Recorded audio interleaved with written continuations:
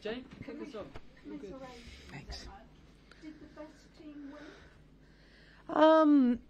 I think it was a game of really few chances for both sides.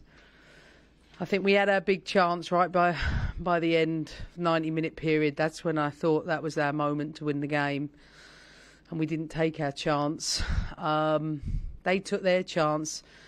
Each team had one big chance the game. I don't think there was much in it. In fact, I thought it was quite a poor game, to be honest, from both sides. And as always, listen, when you're on the losing side of it, you always feel disappointment. But I can't ask any more of the players. I think they gave everything they could give. And there seemed to be a bit of aggro between you and Jonas after the game. I mean, you want to really see me when I've got a bit of aggro, but listen, I think there's a way to conduct yourself on the touchline. I really do, and I think that it's absolutely essential we role model in the right way. But I'm not down for male aggression on the touchline. I'm not. And fronting up with players, for me, that's unacceptable. And yeah, I was disappointed, and I told Jonas that. I don't think it's okay to behave like that. He got a yellow card, and in fact, he probably should have been sent off. I'm all for competing to win. I've never been booked in 12 years, my time here. I totally accept he's a winner and he wants to win, but his behaviour on the touchline wasn't acceptable. Kit. Hi, congratulations. Just to go on with that, we thought the incident for you and Jonas stemmed from the disagreement over a throw-in right at the end with him and Aaron. Was that the main example? Yeah, I think so. Yeah, I think it was a couple. It was with Anne trying to get the ball, but I think the way he fronted up to Aaron I didn't think was acceptable. Listen, I don't think we should blow it up. I know we all want to do that. It was an incident. I'm sure when he's calm, we can have a conversation about it. I was clear with him. I did not think it was acceptable. It's not the first time he's been told about his behaviour on the touchline, and I don't think we need to make a massive story out of it. Well, the problem is you're going to. I want to just say congratulations to Arsenal. They've won, and I don't want the talking point to be about that.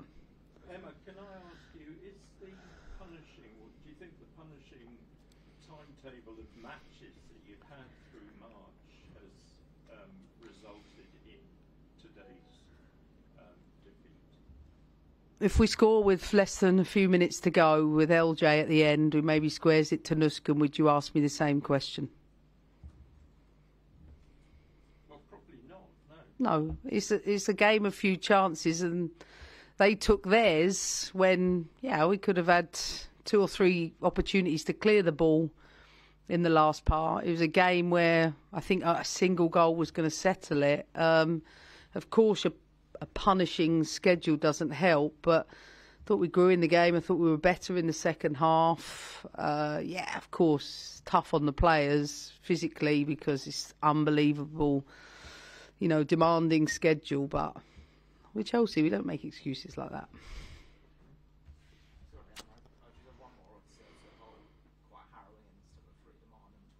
Yeah. And normal time.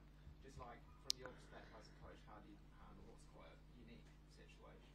I don't know what's happened, so I can't comment on it, but player welfare is always the most important thing, and I hope she's okay because, like I said, I don't know what happened. I just know I shouted for my doctor to go and help, and I really hope she's okay.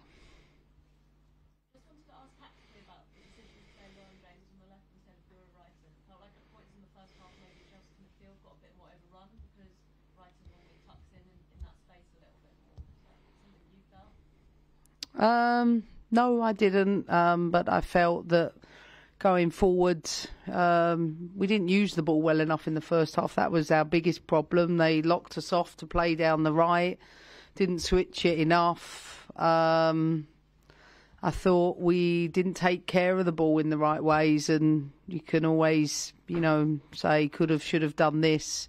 We knew that at half time and thought we had better control of the play, and it was more us in control, them counter-attacking in the second half, and that's football matches. Sometimes you have it right in the first, sometimes in the second. But no, I don't. I think Guru is, you know, come into the game, but have wanted to put more threat onto their back line. Like I said, from that left-hand side, LJ and Sito could have won the game from us with a few minutes to go. So, again, in the game of margins, we're talking about a different narrative because it didn't go in. Yeah. Yeah, it was. I would have happy to give them both one, but the rules don't permit that, and I said they'll split it 50-50. I want to keep developing them as leaders. It's good for them. Dan? How much will this drive you on in the 3 other competitions? You can see at the end the players didn't want runners-up medals. They went with winners' medals. Look, we got so much to play for. This isn't our only competition. This is one of 4 that we're competing for. Our schedule is grueling, but this is the challenge you have in our situation. Man City have a game on the 21st of April, and they have 4 games left.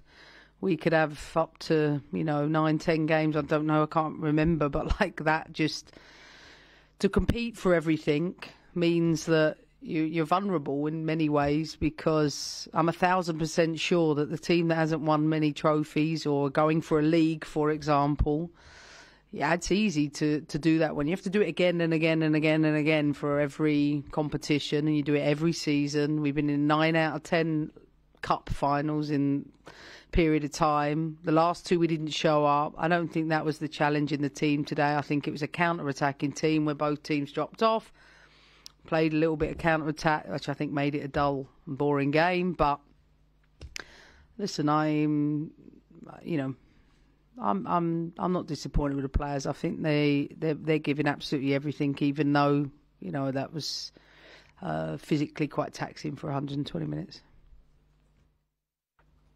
Cool. All right, we'll leave it there. Thanks very much. Cheers. Thank Thanks.